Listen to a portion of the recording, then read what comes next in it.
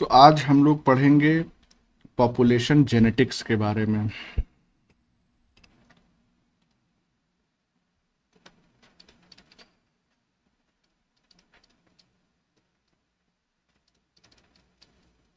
ठीक है।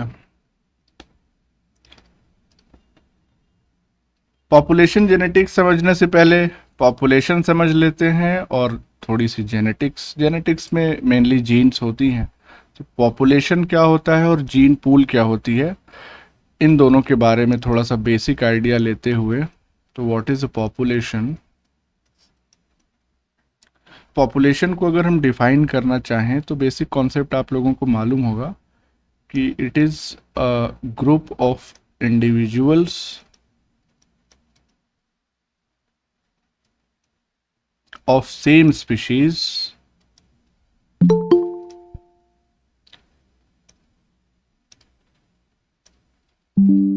same species inhabiting a specified geographical area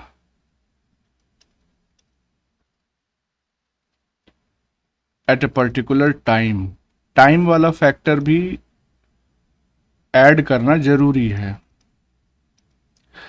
तो क्या हुई डेफिनेशन पॉपुलेशन की? It is a group of individuals of same species inhabiting a specified geographical area at a particular time। ये की जो डेफिनेशन के कंपोनेंट्स हैं इसको हमने अंडरलाइन कर दिया है। ये चीज़ें होना बहुत ज़रूरी है डेफिनेशन में।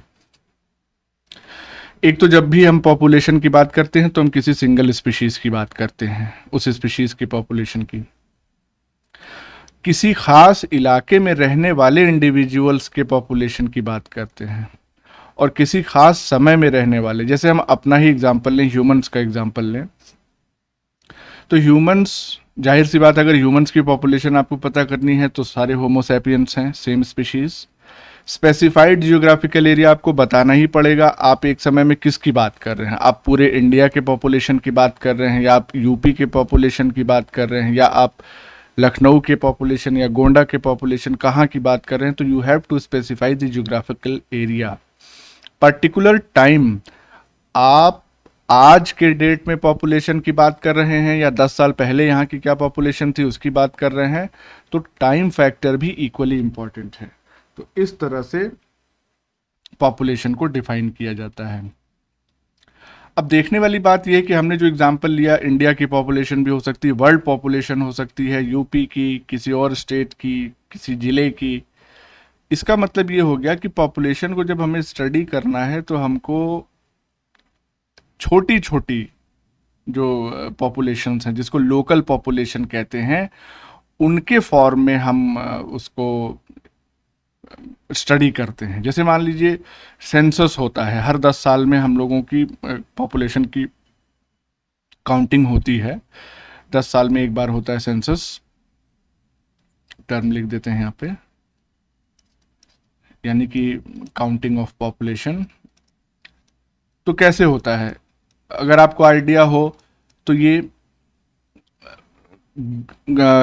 विलेज वाइज होता है, फिर ब्लॉक वाइज होता है, फिर उसके बाद सिटी वाइज होता है, स्टेट वाइज होता है, फिर जाके हमको पूरी इंडिया की पॉपुलेशन पता लगती है। तो ये जो छोटी छोटी पॉपुलेशंस होती हैं, इनको जब सम अप करते हैं, इकट्ठा करते हैं इनकी संख्या को, नंबर को, तो हमको कंप्लीट सेंसस जो पूरे कंट्री का है वो मिलता है। इसी तरह से अलग अलग कंट्रीज़ की पॉपुलेशन जब सम अप होती हैं तो पूरे वर्ल्ड की पॉपुलेशन हमको मिलती है। तो इसका मतलब कि जो लार्ज पॉपुलेशन है उसकी जब स्टडी करनी होगी तो हम उसको स्मॉल पॉपुलेशंस के ग्रुप के फॉर्म में स्टडी करेंगे। तो क्या स्टेटमेंट यहाँ पे बन सकती है कि a large population is usually composed of smaller groups called local populations, या इसी को हम क्या कहते हैं, डीम्स। तो लोकल पॉपुलेशन को ही हम डीम्स कहते हैं। पॉपुलेशन जो है वो एक डायनेमिक यूनिट है, मतलब कि ये हमेशा चेंज होती रहती है, घट भी सकती है, बढ़ भी सकती है, डिपेंडिंग अपॉन एनवायरमेंटल फैक्टर्स। तो ये क्या है, एक डायनेमिक यूनिट है that may change with respect to its क्या क्या चीजें, इट्स साइज, साइज घट सकता है पॉपुलेशन का, बढ़ सकता है, it's geographical location, geographical location. कई बार ऐसा होता है कि अब जैसे अभी आपने देखा रसिया और यूक्रेन का जो वार चल रहा है, इसमें कितने लोग यूक्रेन से माइग्रेट होके अगल बगल की कंट्रीज़ में भागे अपनी जान बचाने के लिए, जो इंडिया के थे वो इंडिया वापस आने के लिए परेशान थे, आए ही लास्ट में। इसी तरह से जिन जिन कंट्रीज़ के इंडिविजुअल्स वहाँ पे रह रहे थे, सब अपने अपने देश में वापस लौटे। तो यूक्रेन की पॉपुलेशन क्या हो गई, घट गई। तो इसका मतलब कि ज्योग्राफिकल लोकेशन वहाँ पे रहने वाले इंडिविजुअल्स का चेंज हुआ, इसीलिए इसको डायनेमिक यूनिट कह रहे हैं। साथ ही साथ जेनेटिक कॉम्पोजिशन, जब वहां से इंडिविजुअल्स निकल जाएंगे, जैसे बांग्लादेश की ही हम बात करें तो वहां पे भी बड़ी समस्याएं हैं, जिसकी वजह से बांग्लादेश से माइग्रेट कर करके इंडिया में घुसते हैं, खास करके असम में और उधर नॉर्थ ईस्ट में अरुणाचल वगैरह में घुस जाते हैं, बंगाल चले जाते हैं सब, पश्चिम बंगाल। तो उससे क्या होता है, और वहीं रहना शुरू कर देते हैं। तो इसका मतलब कि अपने साथ जो वो जीन्स लेकर आ रहे हैं उसकी वजह से यहाँ पे तो सम अप हो रहा है, ऐड हो रहा है, लेकिन उधर कमी हो रही है। तो इस वजह से जो पॉपुलेशन ऑलरेडी है हमारी कंट्री की, उसका जेनेटिक कॉम्पोजिशन चेंज हो रहा है, बढ़ रहा है। बांग्लादेश की जो का के लोगों का या पॉपुलेशन का जेनेटिक कॉम्पोजिशन वो घट रहा है।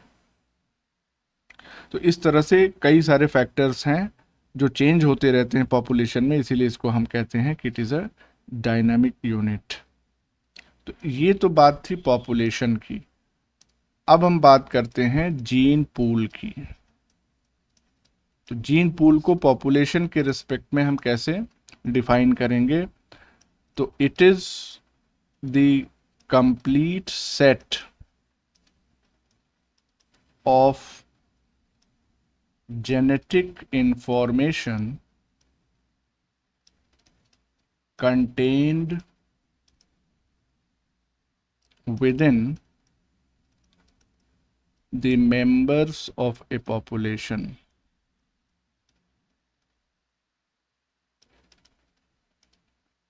पॉपुलेशन को बनाने वाले जितने भी मेंबर्स हैं उनके अंदर जो भी जेनेटिक इंफॉर्मेशन है, इसका जब कंप्लीट सेट हम तैयार करते हैं तो उसी को हम जीन पूल कहते हैं। तो वो जेनेटिक इंफॉर्मेशन किस फॉर्म में प्रेजेंट रहेगी, जाहिर सी बात है जीन्स के फॉर्म में प्रेजेंट रहेगी। और हम जानते हैं डिप्लॉयड इंडिविजुअल्स मोस्टली, इसमें जीन्स के दो सेट्स होते हैं ऑल्टरनेटिव फॉर्म्स, जिसको हम एलील्स कहते हैं। तो इसका मतलब कि ये जो जेनेटिक इंफॉर्मेशन है it is present in the alleles. तो अगर हम सारा एलील इकट्ठा कर लें किसी पॉपुलेशन के सभी मेंबर्स का, तो that will become the gene pool. तो इसको थोड़ा सा सिंप्लीफाइड लैंग्वेज में हम लिख सकते हैं कि इट इज या it includes all the alleles of every gene, क्योंकि किसी एक जीन के दो से ज़्यादा भी एलील्स हो सकते हैं। जब हम पॉपुलेशन की बात करते हैं इंडिविजुअल्स में तो दो ही एलील होंगी, लेकिन मल्टीपल एलिलिज्म का जब हम एग्जांपल लेते हैं तो उसमें एक से ज़्यादा, दो से ज़्यादा एलील्स होती हैं, even in diploid population of diploid individuals. जैसे कि ब्लड ग्रुप का ही आप जानते हैं कि इसमें तीन एलील्स पाई जाती हैं, ए, बी और ओ। तो हर एक जीन की जितनी भी alleles, all the alleles of every gene in A population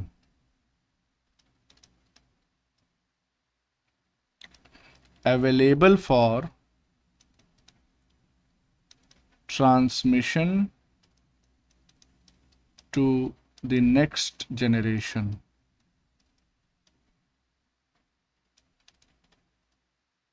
ये सब जब इकट्ठा हो जाती हैं तो ये जीन पूल बनाता है। ठीक है, तो हमने पॉपुलेशन समझ लिया, हमने जीन पूल समझ लिया। अब हम बात कर सकते हैं पॉपुलेशन जेनेटिक्स की। पॉपुलेशन जेनेटिक्स क्या है ये अब समझते हैं हम।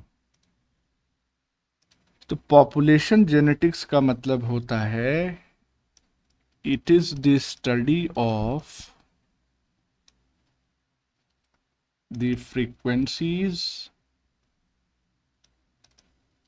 Of alleles and genotypes within a population and change in allele frequencies over time। ध्यान से समझिएगा इसको। पॉपुलेशन जेनेटिक्स क्या है? It is the study of frequencies of alleles and genotypes।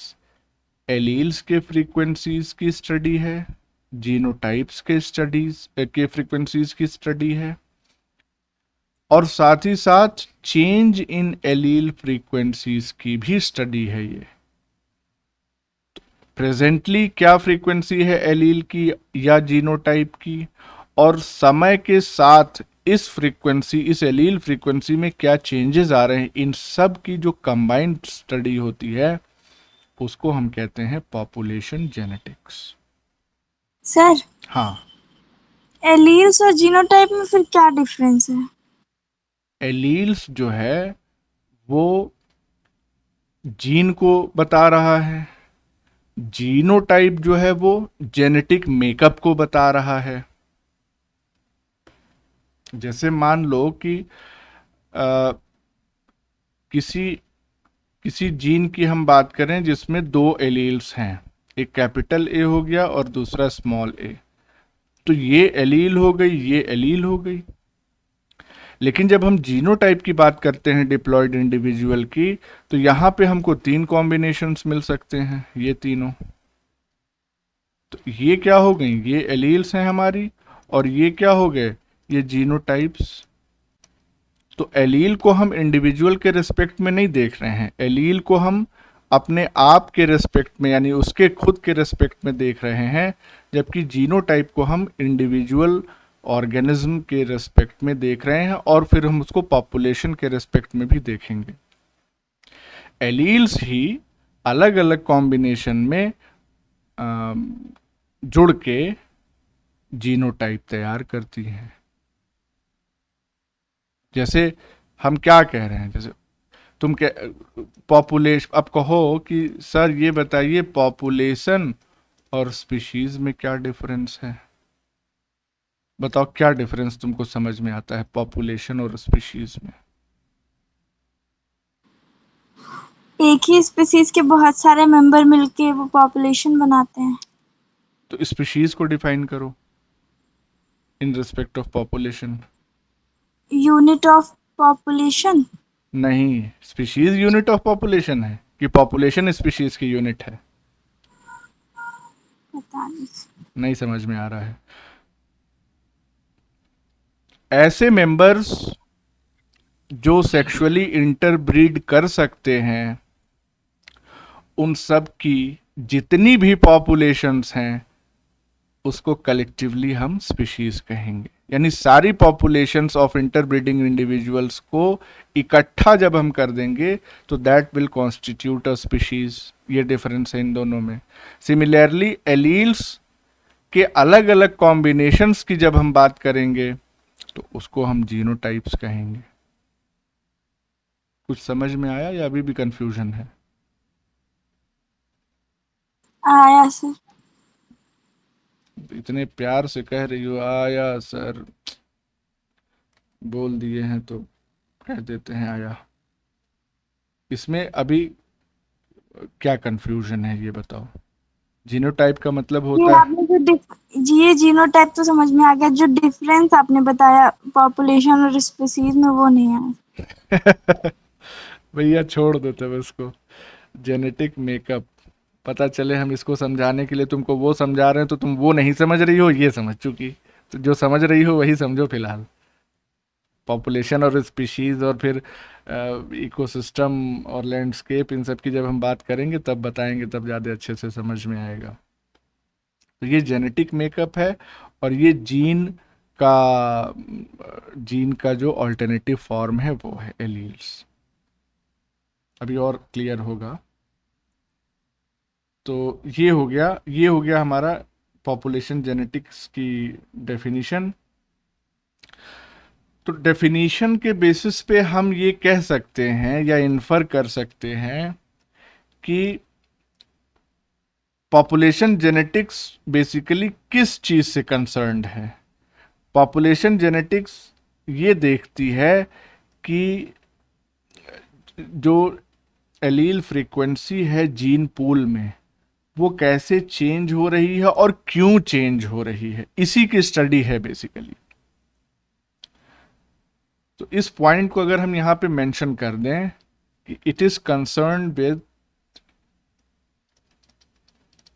Concerned with, यानी population genetics is concerned with how and why the frequencies of alleles in a population, या alleles की बात कर रहे हैं तो in a gene pool change over time, समय के साथ साथ कैसे और क्यों एलील्स की फ्रीक्वेंसी चेंज हो रही हैं, इसी की स्टडी जो है वो पॉपुलेशन जेनेटिक्स कहलाती है। जाहिर सी बात है, पॉपुलेशन की जेनेटिक स्टडी पॉपुलेशन जेनेटिक्स कहलाएगी। और ये पॉइंट ध्यान रखने वाला है, बहुत इंपॉर्टेंट है। क्या कि in this study the perspective shifts from an individual to a Mendelian population,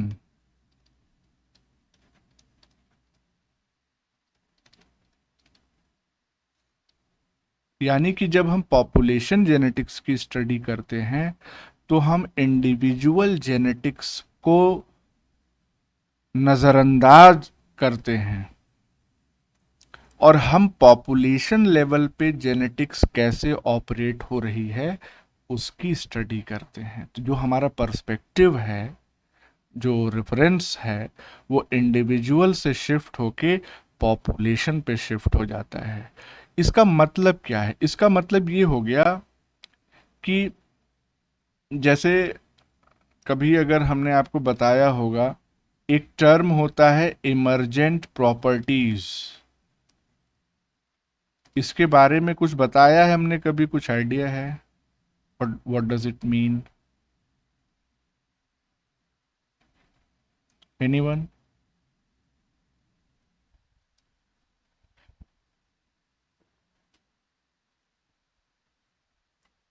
हाँ ना बोलो कुछ। नहीं याद है सर। नहीं याद आ रहा है? No sir. चलो, इमर्जेंट प्रॉपर्टीज का मतलब ये हो गया, जैसे मान लो एक सेल है, जब कई सारी सेल्स मिलती हैं तो बनता है टिश्यू। अब हमको ये बताओ कि सेल की जो प्रॉपर्टीज होंगी और टिश्यू की जो प्रॉपर्टीज होंगी, उनमें कोई डिफरेंस होगा कि नहीं?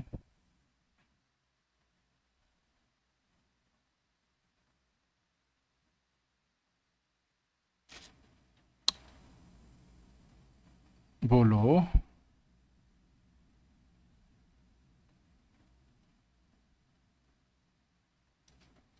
ऑर्गन,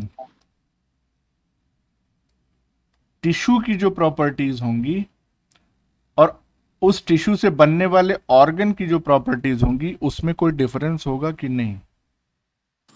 होगा सर, पता नहीं क्या होगा। हाँ होगा, इतना मालूम है ना। क्या होगा वो तो बात का मसला है। एक इंडिविजुअल सेल अगर है तो पहली बात कि वो डायरेक्टली अपने एनवायरनमेंट से इंटरेक्ट करेगी, उसका जो भी एक्सचेंज होगा मटेरियल्स का वो खुद करेगी।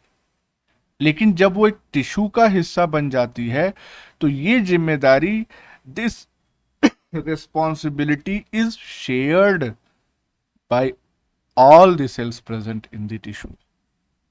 तो इसका मतलब ये हो गया कि अब ये जिम्मेदारियां अकेली सेल, जैसे मान लो कि कोई इंडिविजुअल है, कोई कोई पर्सन है, जब तक उसकी शादी नहीं हुई रहती है उस समय उसका बिहेवियर, उसकी प्रॉपर्टीज देख लो, और एक बार शादीशुदा हो जाए, फैमिली हो जाए, बच्चे बच्चे हो जाएं, फिर उसका प्रॉपर्टी, उसका बिहेवियर देख लो, क्या डिफरेंस उसमें आएगा?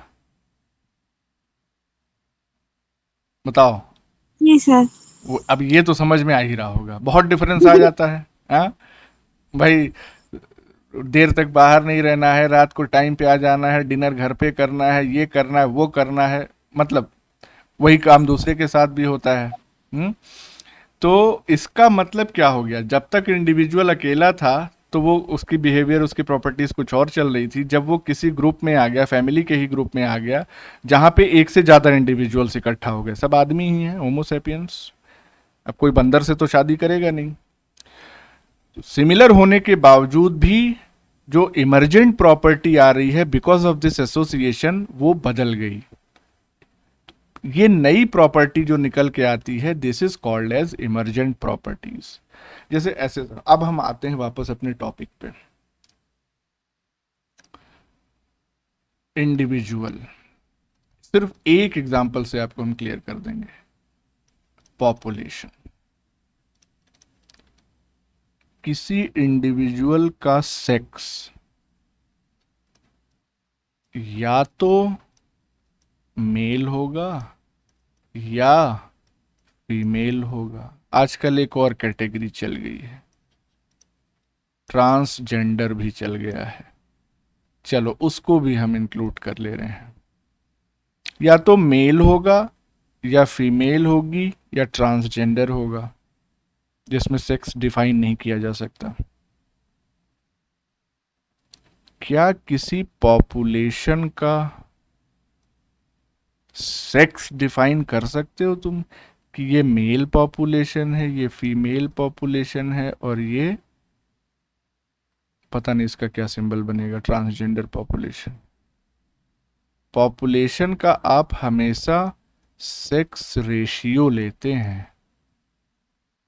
क्या किसी इंडिविजुअल का सेक्स रेशियो ले सकते हो? बताओ। नहीं। इंडिविजुअल का तो सेक्स ही होगा भाई, मेल फीमेल ट्रांसजेंडर जो भी हो। तो ये जो प्रॉपर्टी है सेक्स रेशियो वाली, it is an emergent property and this is a property of a population, जो कि सिर्फ और सिर्फ पॉपुलेशन में ही आप पता लगा सकते हैं, किसी इंडिविजुअल में नहीं।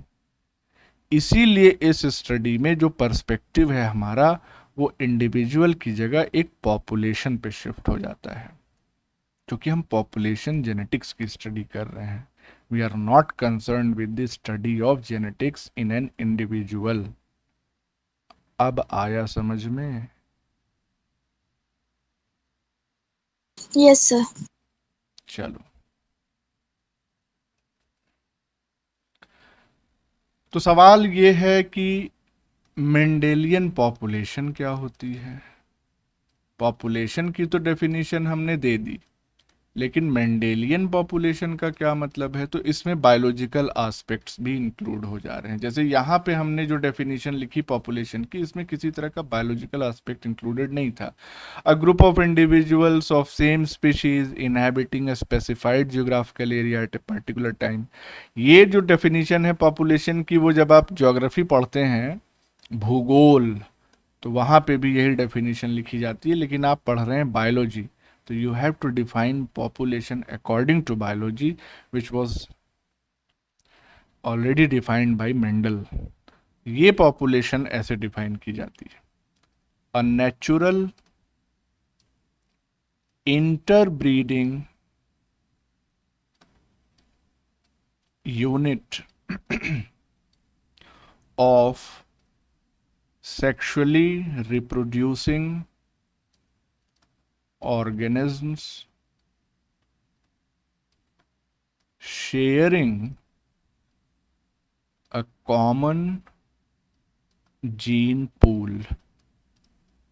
This is the technical definition of a Mendelian population कि एक natural interbreeding unit of sexually reproducing organisms sharing a common gene pool. ठीक है, तो ये हमको मेंडेलियन पॉपुलेशन की डेफिनेशन भी मिल गई और इसी डेफिनेशन के हिसाब से हम पॉपुलेशन जेनेटिक्स की स्टडी करते हैं because it is mentioning this gene pool term. Gene pool का होना बेहद जरूरी है अगर आप पॉपुलेशन जेनेटिक्स की स्टडी कर रहे हैं तो. ठीक है, एक टर्म आता है माइक्रो इवोल्यूशन. छोटी सी डेफिनेशन है, इसको थोड़ा डिटेल में हम लोग बाद में डिस्कस करेंगे, लेकिन फिलहाल के लिए समझना इसको जरूरी है. माइक्रो इवोल्यूशन क्या है? It is the change in allele frequency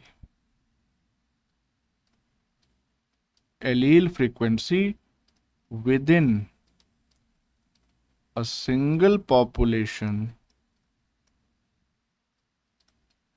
over time. यानी ये बहुत छोटे लेवल पे हो रहा है. एलील फ्रीक्वेंसी एक पॉपुलेशन की, इकलौती पॉपुलेशन की अगर समय के साथ चेंज हो रही है तो उसको हम माइक्रो इवोल्यूशन कहेंगे. जब हम इसको लार्जर स्केल पे पॉपुलेशन से ऊपर ले जाएंगे, स्पीशीज लेवल पे ले जाएंगे, इकोसिस्टम की यूनिट के लेवल पे ले जाएंगे, तो फिर वो लार्जर इवोल्यूशन कहलाएगा. That will be micro evolution. और उसमें बहुत ऊपर तक हम जा सकते हैं. We can go to landscape, we can go to क्या कहते हैं, बायोम लेवल पे हम जा सकते हैं, और फिर फाइनली हम बायोस्फीयर के लेवल पे भी जा सकते हैं वहाँ पे. अच्छा, फिर फायदा क्या है, पर्पस क्या है माइक्रो इवोल्यूशनरी स्टडी का? तो ये देखो, फायदा ये है कि evolutionary changes at this scale can be observed over short periods of time. कम समय में हम माइक्रो इवोल्यूशनरी चेंजेस की स्टडी कर सकते हैं या उसको ऑब्जर्व कर सकते हैं. सबसे बड़ा बेनिफिट यही है. आदमी की उम्र होती है 60 साल, 70, 80 साल, बहुत जिएगा, 100 साल जी जाएगा, लेकिन 100 साल तक वर्किंग कंडीशन में तो रहेगा नहीं. तो इफेक्टिव वर्किंग कंडीशन 60 साल मानते हैं, तभी रिटायर कर देते हैं. उसके बाद 60 साल की एज में आप कितना बड़ा इवोल्यूशन देख सकते हैं? क्या आप प्रोटोजोआ से पॉरीफेरा बनना देख सकते हैं 60 साल में? संभव ही नहीं है. तो इसलिए भैया ऐसी इवोल्यूशनरी स्टडी करो जो कम से कम अपने लाइफ स्पैन में तो देख सको. तो इस लिहाज से माइक्रो इवोल्यूशन की स्टडी बहुत फायदेमंद है. अब इसमें इंक्लूड क्या किया जाता है, कैसे ये स्टडी की जाती है माइक्रो इवोल्यूशन की? तो इट इंक्लूड्स फॉलोइंग बेसिक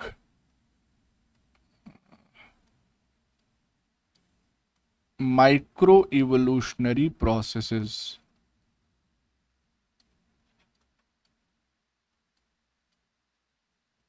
और ये जो माइक्रो इवोल्यूशनरी प्रोसेस हैं, ये क्या कर सकते हैं? They can directly affect allele frequencies. सब कुछ एलील और जीनोटाइप फ्रीक्वेंसीज के इर्द गिर्द ही चलेगा जब तक आप पॉपुलेशन जेनेटिक्स पढ़ेंगे. तो माइक्रो इवोल्यूशन में हम क्या पढ़ते हैं? कुछ बेसिक माइक्रो इवोल्यूशनरी प्रोसेसेस की स्टडी करते हैं जिनकी वजह से एलील फ्रीक्वेंसीज जो है वो अफेक्ट होती हैं, चेंज होती हैं. कहाँ? इन ए पॉपुलेशन। जाहिर सी बात है, पॉपुलेशन पे ही तो हम स्टडी कर रहे थे माइक्रो इवोल्यूशन की। तो ये कौन सी माइक्रो इवोल्यूशनरी प्रोसेस है? सबसे पहली प्रोसेस है म्यूटेशन। म्यूटेशन से एलील फ्रीक्वेंसीज चेंज होंगी, बिल्कुल मालूम है हमको। दूसरा है माइग्रेशन। माइग्रेशन से भी एलील फ्रीक्वेंसीज चेंज होंगी। अगर कहीं से किसी पॉपुलेशन में कुछ और इंडिविजुअल्स बाहर से आ गए तो उसको इम माइग्रेशन कहेंगे। ऑलरेडी एग्जिस्टिंग पॉपुलेशन से बाहर निकल गए तो ई माइग्रेशन कहेंगे। तो जब कोई इंडिविजुअल आएगा किसी पॉपुलेशन में, किसी पॉपुलेशन से बाहर निकल जाएगा, तो अपने साथ जीन भी तो ले जा रहा है वो, या एलील्स भी तो ले जा रहा है। तो उसकी वजह से भी एलील फ्रीक्वेंसीज चेंज होंगी। Genetic drift. जेनेटिक ड्रिफ्ट से एलील फ्रीक्वेंसी कैसे चेंज होती है, इसका हमने बाकायदा एक्सप्लेनेशन आपको दिया हुआ है, तो ये आपको समझ में आ गया होगा। And finally natural selection.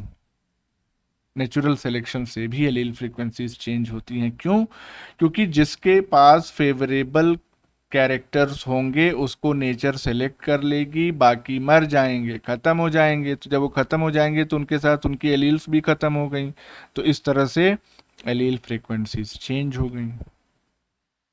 ठीक है, तो हम इतना एलील फ्रीक्वेंसी कर रहे हैं। अब आइए देखते हैं कि कैसे कैलकुलेट करेंगे एलील फ्रीक्वेंसीज। तो नेक्स्ट टॉपिक है हमारा कैलकुलेशन ऑफ एलील फ्रीक्वेंसीज।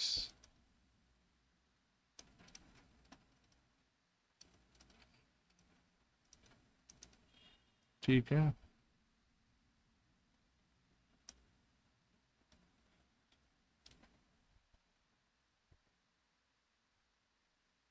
देखो भाई,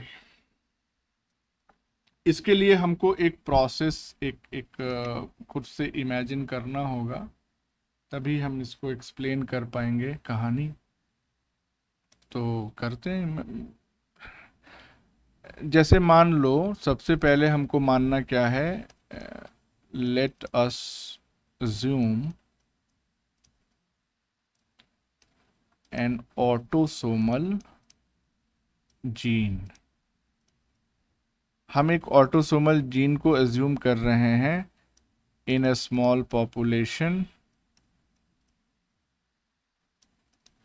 और ये जो ऑटोसोमल जीन है इसमें दो एलील्स हैं।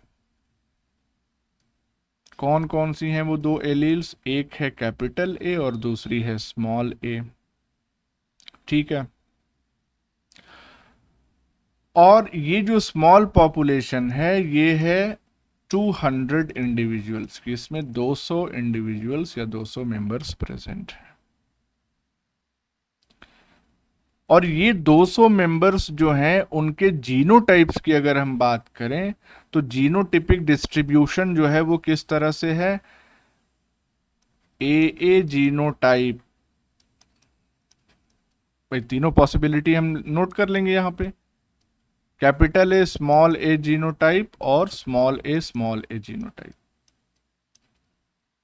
तो कैपिटल यानी होमोजाइगस वाले जो हैं जीनोटाइप्स, इसके 114 मेंबर इसमें प्रेजेंट हैं इस पॉपुलेशन में, 200 मेंबर्स वाली। कैपिटल स्मॉल यानी हेट्रोजाइगोट के 76 इंडिविजुअल्स मौजूद हैं, और स्मॉल होमोजाइगस के या होमोजाइगस रेसेसिव के 10 इंडिविजुअल्स। तो अभी आप पूरा सम करेंगे तो आपको 200 इंडिविजुअल्स मिल जाएंगे। चलिए, इतनी बात समझ में आ गई। तो ये हो गए हमारे होमोजाइगस डोमिनेंट, ये हो गए हमारे हेटेरोजाइगस, और ये हो गए होमोजाइगस रिसेसिव इंडिविजुअल्स। जाहिर सी बात है, होमोजाइगस रिसेसिव की संख्या कम ही रहती है, तो उसी प्रोपोर्शन में ये कंसीडरेशन भी किया गया है।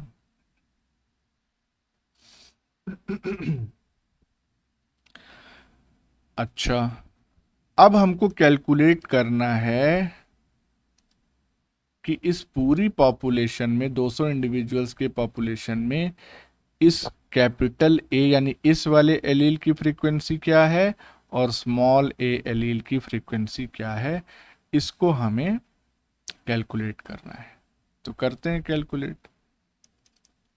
हमको पता लगाना है फ्रीक्वेंसी ऑफ ए एलील। इसको हम कैसे कैलकुलेट करेंगे? Number of A alleles upon total number of alleles, इसी से हम फ्रीक्वेंसी पता लगा सकते हैं।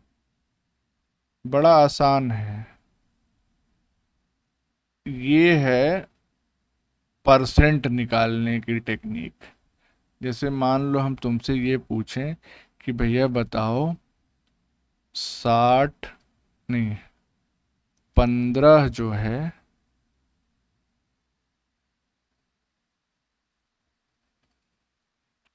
संख्या 15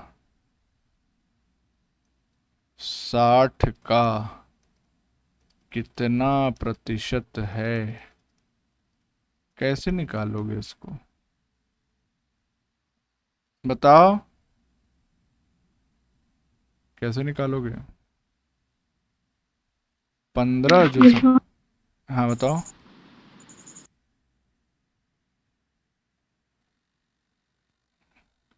सबको सांप सूंघ गया, बोलो जल्दी।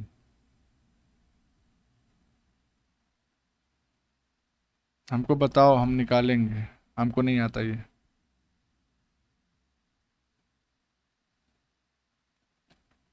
सब लग रहा है उससे निकालने, कैलकुलेटर से। अरे तरीका बताओ हमको, बेसिक मैथमेटिक्स नहीं मालूम। कोई बता रहा है या आगे बढ़े हम? कोई नहीं। 40%। 15 पे 60% कितना हुई? कैसे निकाले वो बताओ, कैसे निकाले? 15 गुणे 60 बटे 100। वाह भैया, आ जाएगा ऐसे। Sir 60 into 100 upon 15। 60 into 100/15। Yes sir. 60 into 100/15, तो हमको लग रहा है 400% आ गया। 15/100 into 16 point something शायद आएगा।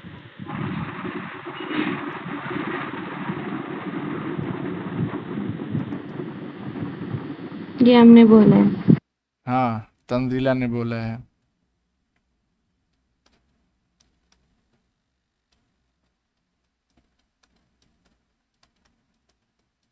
ये है सही आंसर। वाह भैया। अरे मैथमेटिक्स इतनी भी बुरी नहीं है कि परसेंटेज ना निकाल पाओ। हमने सवाल पूछा था कि संख्या 15 60 का कितना प्रतिशत है। 15 चौको 60 होते हैं भैया। तो अगर परसेंटेज के टर्म में निकालेंगे तो हम देखते हैं ना कि 25 चौका 100 होता है, हमेशा परसेंटेज के रिस्पेक्ट में आता है। तो this 15 will be equivalent to 25, तो 25% हो गया। खैर ये तरीका हम समझाने लगेंगे तो तुम लोग और घबरा जाओगे। कुल मिला के 25% है। ठीक है, फ्रीक्वेंसी आप निकालना चाह रहे हैं। अब आप परसेंट नहीं निकालना चाह रहे हैं, अब आपको फ्रीक्वेंसी निकालनी है। तो फ्रीक्वेंसी कैसे निकालोगे? 15/60। तो फ्रीक्वेंसी कितनी आ जाएगी?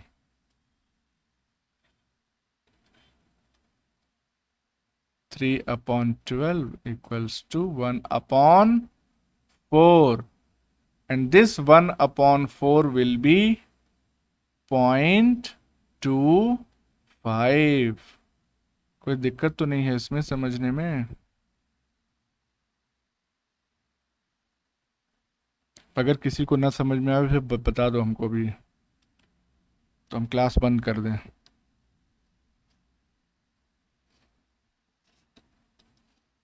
ये समझ में आया सबको, ग्रीन वाला?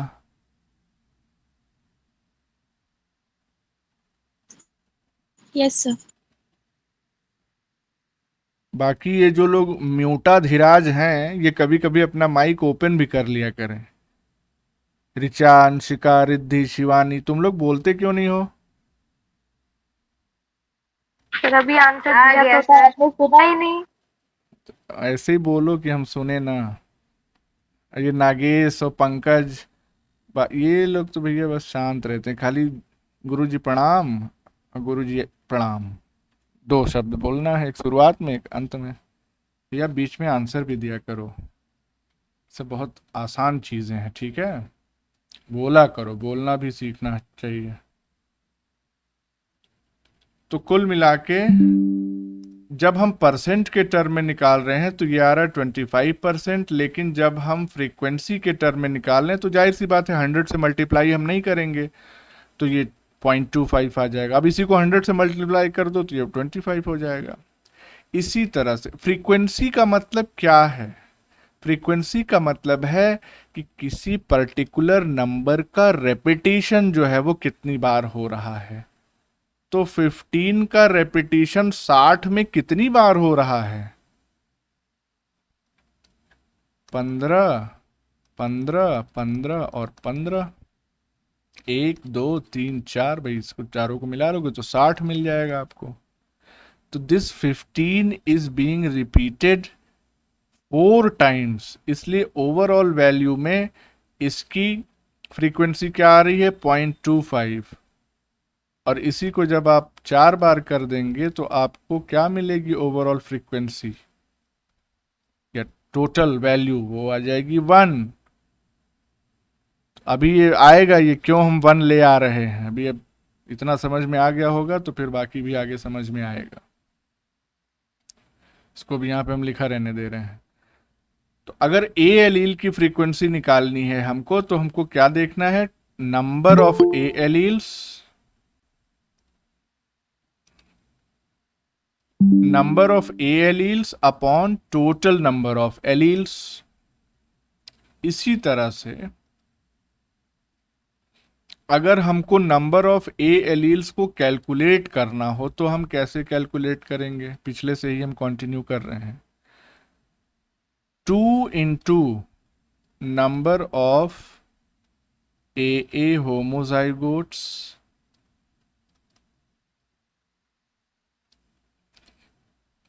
प्लस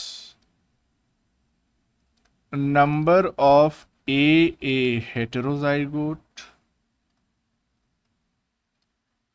अपॉन टोटल नंबर ना, 2 into total number of individuals. ये समझ में आया कि नहीं आया? नहीं आया तो प्लीज बता देना, हम एक्सप्लेन करेंगे प्रॉपरली। नहीं आया सर। नहीं आया, ठीक है। देखो यहां हमने फॉर्मूला में क्या लिखा है? Number of A alleles upon total number of alleles. अब आगे आते हैं, इसको ध्यान रखना, याद रखना अभी। Number of A alleles upon total number of alleles. अब इसी को हम आगे कैलकुलेट कर रहे हैं, ये आगे यही जा रहा है, यहाँ भी एरो बना दिया हमने। नंबर ऑफ ए एलील्स यानी number of capital A alleles हम कैसे निकालेंगे? ये ए होमोजाइगोट है तो इसके पास कितनी कैपिटल ए एलील है? 1 2। तो जितने ये इंडिविजुअल्स होंगे होमोजाइगोट वाले, हर एक के पास 2 एलील है, तो टोटल नंबर ऑफ जो इंडिविजुअल्स होंगे इंटू 2 करना पड़ेगा ना, तभी तो हमको उनके अंदर पाई जाने वाली कैपिटल ए की टोटल संख्या पता चलेगी। इतना समझ में आया? Yes sir. ठीक है। Plus number of capital A small A heterozygotes, ये जो इंडिविजुअल्स हैं, तो इसमें हमने 2 इंटू क्यों नहीं किया? क्योंकि इनके पास हर एक इंडिविजुअल के पास सिर्फ इकलौती ए एलील है कैपिटल वाली, तो जितने मेंबर्स होंगे उतनी ही कैपिटल ए एलील होगी, तो इनका नंबर हमने सीधे सीधे जोड़ दिया। ये समझ में आया? Yes sir. ठीक है। Upon 2 into total number of individuals क्यों कह रहे हैं? क्योंकि हर एक इंडिविजुअल में 2 एलील्स हैं, क्योंकि वो डिप्लॉयड हैं, तो इसीलिए 2 into total number of individuals. ये भी आ गया समझ में? Yes sir. ओके, तो इस तरह से हमको ये कैलकुलेशन के लिए एक पूरा बेस तैयार हो गया हमारा। अब हम जब कैलकुलेशन पे, अच्छा ये जो हमने यहाँ पे लिखा था फ्रीक्वेंसी ऑफ ए एलील, इसको भी हम शॉर्ट फॉर्म में रिप्रेजेंट करते हैं।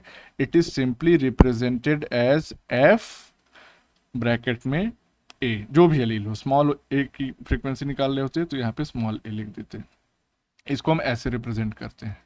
तो अगर हमें इसको कैलकुलेट करना है एफ यानी frequency of capital A allele को, इसको रिप्रेजेंट कैसे किया जाता है, यानी कि जो डोमिनेंट एलील है इसको रिप्रेजेंट किया जाता है पी से। यहाँ पे हम छोटा सा लिख दे रहे हैं कि frequency of dominant allele is represented by P, small p, और दूसरा भी लिख दे रहे हैं frequency of recessive allele is represented by Q। ये बाय कन्वेंशन है, ऐसा रिप्रेजेंट करते हैं, ऐसा ही हार्डी और बीनबर्ग ने किया था रिप्रेजेंट, तो उसको ही मानते हुए आगे बढ़ रहे हैं। तो ये जो फ्रीक्वेंसी हमने ली कैपिटल ए की, ये है P, इसी से रिप्रेजेंट करते हैं। तो इसको कैलकुलेट कैसे करें? 2 into number of A homozygote, यानी 2 इंटू ए होमोजाइगोट की संख्या हमारे पास थी 114, प्लस नंबर ऑफ हेट्रोजाइगोट्स, तो इनकी संख्या थी हमारे पास 76, upon 2 into total number of individuals, कितने थे पॉपुलेशन में? बोलो। 200 इंडिविजुअल्स का पॉपुलेशन थी। अब इसको भैया कैलकुलेट कर लो, तो इसको ये पूरा ये सम अप करोगे, 114 दूना 228 और उसमें 76 जोड़ दोगे 304 मिलेगा, और ये तो 2 दूना 400, यानी कि 304 अपॉन 400, और इसको जब आप और सॉल्व करेंगे तो निकल के आएगा 0.76। इसका मतलब इस पॉपुलेशन में, इस 200 इंडिविजुअल की पॉपुलेशन में कैपिटल ए या डोमिनेंट एलील की जो फ्रीक्वेंसी P है वो है 0.76। आ गई बात समझ में? इसी तरह से अगर हमको F स्मॉल a निकालना हो तो इसमें भी सारी चीज़ें हम वैसे ही रखेंगे। इसको रिप्रेजेंट करते हैं Q से, और यहाँ पे 2 इंटू नंबर ऑफ होमोजाइगोट्स रेसेसिव वाले कितने थे हमारे पास 10, प्लस नंबर ऑफ हेट्रोजाइगोट्स तो उतने ही रहेंगे क्योंकि उनके पास कैपिटल ए भी है और स्मॉल ए भी है, upon total number of alleles भी सेम रहेगा क्योंकि टोटल नंबर ऑफ एलील्स जो है वो टोटल नंबर ऑफ इंडिविजुअल्स तो 200 ही हैं। और इसको जब हम कैलकुलेट करेंगे तो ये सब ऐसे 10 दूना 20 और 76 में 20 जोड़ेंगे तो 96 आएगा, अपॉन 400 इक्वल्स टू 0.24। तो रेसेसिव एलील की फ्रीक्वेंसी जिसको Q से रिप्रेजेंट कर रहे हैं वो आ गई 0.24। डोमिनेंट एलील की फ्रीक्वेंसी जिसको P से रिप्रेजेंट कर रहे थे उसकी आई थी 0.76। अब आप जानिए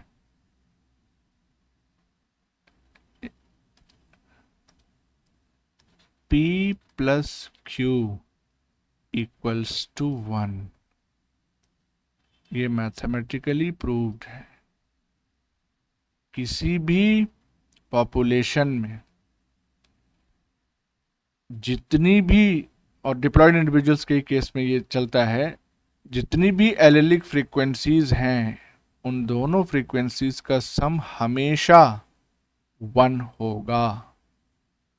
अब आप यहाँ पे देख सकते हैं P की वैल्यू आ रही थी 0.76, Q की वैल्यू आई 0.24, जोड़ो 1 आ जाएगा निकल के।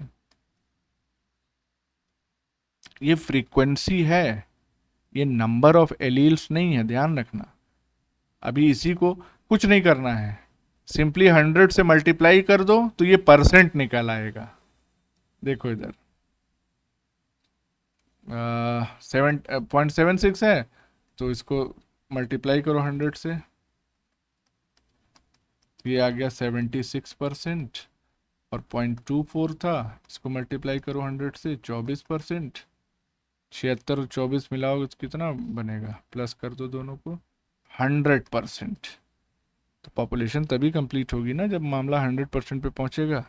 तो परसेंटेज में जब हम निकाल रहे हैं तो उसको 100% कह रहे हैं, फ्रीक्वेंसी में जब उसको निकाल रहे हैं तो 1 कह दे रहे हैं, बस यही है। तो किसी भी चीज के सारे कंपोनेंट्स को आप जोड़ देंगे तो 100% चीज तैयार हो जाएगी।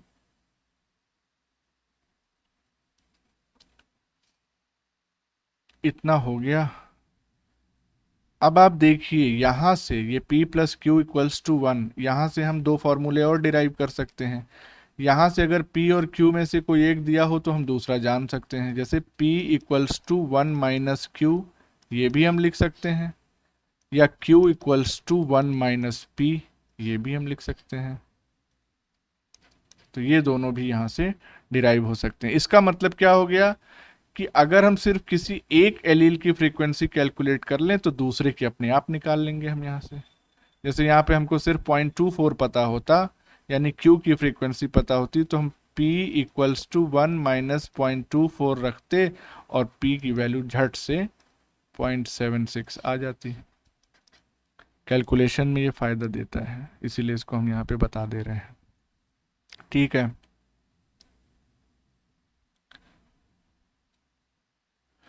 अब मान लो हमको जीनोटाइप फ्रीक्वेंसीज निकालनी है। अभी तो हम एलील फ्रीक्वेंसीज निकाल रहे थे, अब हम निकालते हैं जीनोटाइप फ्रीक्वेंसी। जीनोटाइप फ्रीक्वेंसी निकालना तो और आसान है, कैसे है, एफ फ्रीक्वेंसी ऑफ ये होमोजाइगोट जो थे उनका हमको निकालना, इस जीनोटाइप की फ्रीक्वेंसी निकालनी है। तो इसके कितने मेंबर्स थे पॉपुलेशन में, याद है किसी को?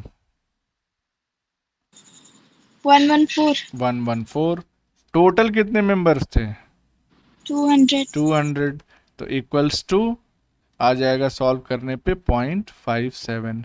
इसी तरह से अगर हमको हेट्रोजाइगोट इंडिविजुअल्स के जीनोटाइप की फ्रीक्वेंसी निकालनी तो उसके थे 76 अपॉन टोटल थे 200, इसका आ जाएगा 0.38। इसी तरह से होमोजाइगस रेसेसिव का निकालना है तो उसके थे 10 अपॉन टोटल थे 200, इसकी फ्रीक्वेंसी आ गई 0.05। ठीक है, ये हमको मिल गई इन तीनों जीनोटाइप्स की फ्रीक्वेंसी। अच्छा, अब मान लो हमको इन जीनोटाइप की फ्रीक्वेंसीज की हेल्प से एलेलिक फ्रीक्वेंसीज निकालनी हो।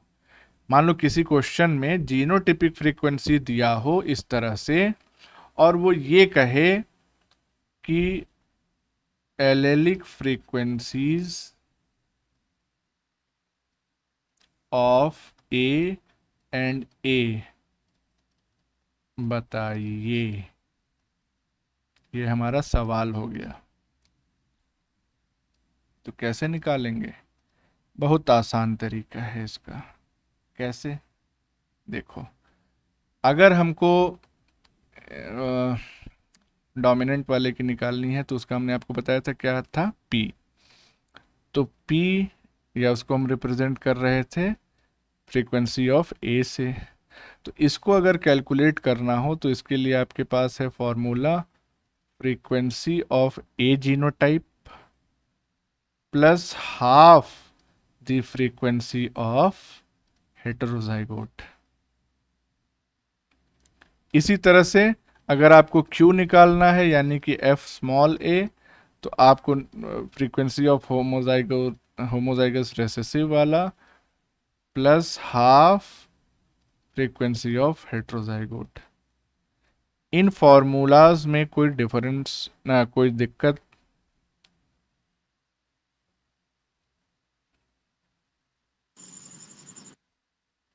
सॉल्व करके दिखा देते हैं, तब कोई दिक्कत नहीं रहेगी। फ्रीक्वेंसी ऑफ ए जीनोटाइप क्या यहाँ पे निकल के आया 0.57 प्लस हाफ इंटू इसकी फ्रीक्वेंसी क्या आई है 0.38, ये ना, ये फ्रीक्वेंसी हाफ इंटू 0.38, ये तो 0.57 ही रहेगा। अब 38 का आधा करोगे तो क्या आएगा 19 यानी 0.19। अब जरा दोनों को जोड़ो, 9 7 16, 6 एक गया कैरी और 5 1 6 प्लस 1 जो कैरी था 7 आ गया भाई, जो हमने कैलकुलेट किया था उधर से P इक्वल्स टू। इसी तरह से यहाँ पे Q की अगर निकालनी है तो FAA जीनोटाइप का यहाँ पे क्या निकल के आया है 0.05 प्लस हाफ FAA, वो तो यही है, सेम फैक्टर है, तो उसका वैल्यू आएगा 0.19। अब 19 में 5 जोड़ोगे तो कितना आएगा 24, पॉइंट लगा दो यहाँ पे, यहाँ 0.24 आ गया, तो यहाँ 0.76, यहाँ पे 0.24, वही फ्रीक्वेंसी हमको यहाँ पे मिल गई। तो इसका मतलब अगर जीनोटाइप फ्रीक्वेंसीज पता हो तो उससे हम फिनोटाइप एलिलिक फ्रीक्वेंसीज निकाल सकते हैं, एलिलिक फ्रीक्वेंसीज पता हो तो उससे जीनोटाइप फ्रीक्वेंसीज भी निकाल सकते हैं सिमिलरली इन्हीं फॉर्मूलाज का यूज करके। और लास्ट में एक पॉइंट, वो पॉइंट क्या है नोट कर लीजिए कि allele and genotype frequencies must always be between 0 and 1। 0 से कम यानी नेगेटिव में नहीं हो सकती, और 1 से ज़्यादा यानी कि 100% से ज़्यादा नहीं हो सकती। ये बात ध्यान रखिए। तो आप यहाँ भी देख सकते हैं कि यहाँ भी 0 और 1 के बीच में है 0.76, 0.24 भी 0 और 1 के बीच में है। तो ये पॉइंट भी हमने आपको बता दिया।